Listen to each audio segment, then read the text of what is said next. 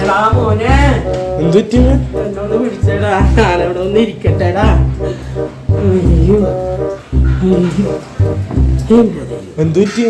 എടാ ഞാനാ പാല് മേടിക്കാൻ പോയപ്പോഴേ ആ മാധവി എന്നോട് ചോദിച്ച് എന്താണ് ഇത്ര ചുറുചുറുക്കോടെ ഓടി കിടക്കണേ ഈ വയസ്സാം കാലത്തെന്ന്.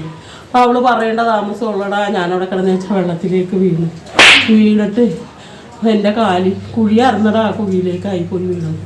അവളെന്നോടപ്പോൾ അവള് കണ്ടില്ല ഞാൻ അവിടെ നിന്ന് ഒരു കണക്കിന് എണീറ്റ് വന്നത്. എടാ അവള് മാധവി അല്ലടാ, അവള് മൂദേവിയാണ്.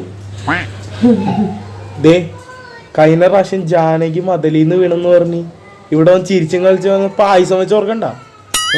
ഇതാണ് പറയണത്, ഒരാളെ കുറ്റം പറയരുത്.